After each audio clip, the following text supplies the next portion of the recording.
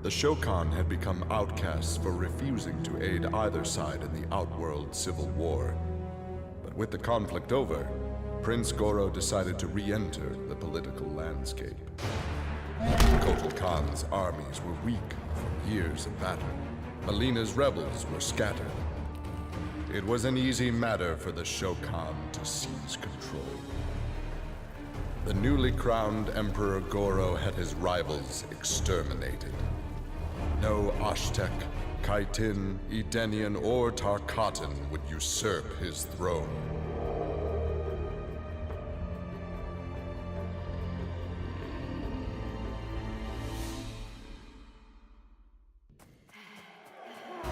With Melina executed, Tanya's dreams of a free Edenia seemed dead as well. She and the other rebels were fugitives from Kotal Khan's justice. Her fellow Edenian, Rain, had proved a powerful ally and a satisfactory consort, but he had become useless to her. In exchange for leniency, Tanya informed the Khan of Rain's whereabouts. Imprisoned, but alive, Tanya's plotting began anew.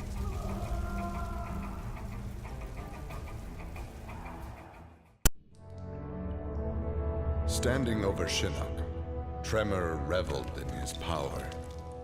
Much had changed since the Black Dragon's excursion to the Dream Realm.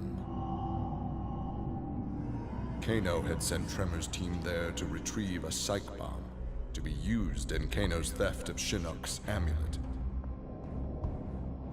Exposure to that realm had increased Tremor's power and expanded his mind. He would evolve into an earth elemental, a demigod whose power would rival that of Raiden and Fujin.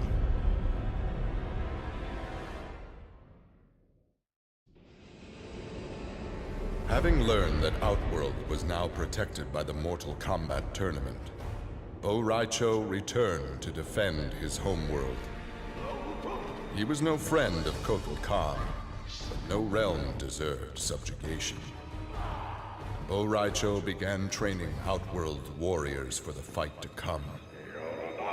With Bo Raicho's fighting skills and leadership, Outworld repelled the Earthrealm aggressors. His former friend Raiden had been denied.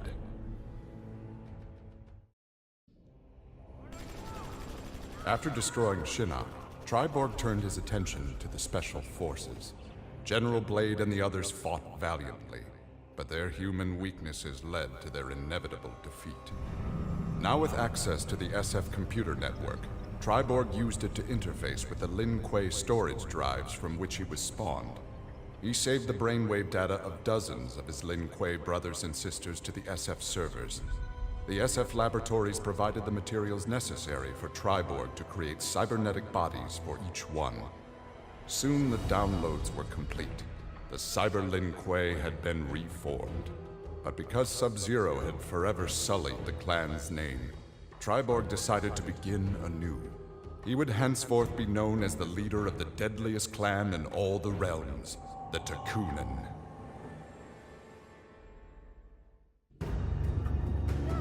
Like Scorpion, Jason Voorhees was a revenant.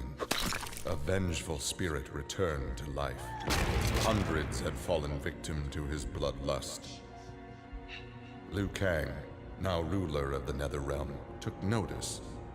An immortal killer like Jason would be useful in his plans for conquest. He drew Jason into the Netherrealm and offered him an endless bounty of slaughter in return for his allegiance. Jason's simple reply was to destroy Liu Kang.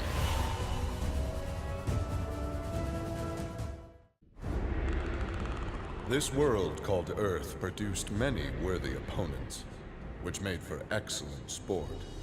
Some possessed a power previously unknown to the Predator's race, sorcery.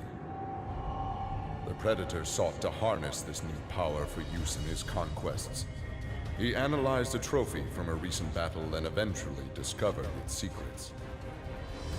With the power of sorcery, The Predator was unstoppable and decimated whole worlds single-handedly. He had become the apex predator. The alien tore through Shinnok's flesh, reducing him to a bloody pulp. The creature then returned to its nest in Outworld. It continued to venture forth looking for suitable hosts for use in establishing a new hive. The alien found more than a few intriguing species and dragged them back to its lair. Once a queen had been spawned, the alien's new hive multiplied quickly and spread unchecked throughout the realm. Emperor Kukulkan attempted to save Outworld in a desperate final attack on the alien's main nesting ground. The attack failed.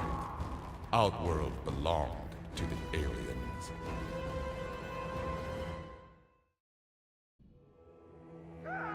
Leatherface had cut down the old man in the strange outfit.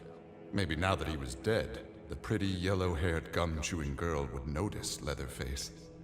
Putting on his fanciest mask, Leatherface found the army camp where the pretty girl could be found most days.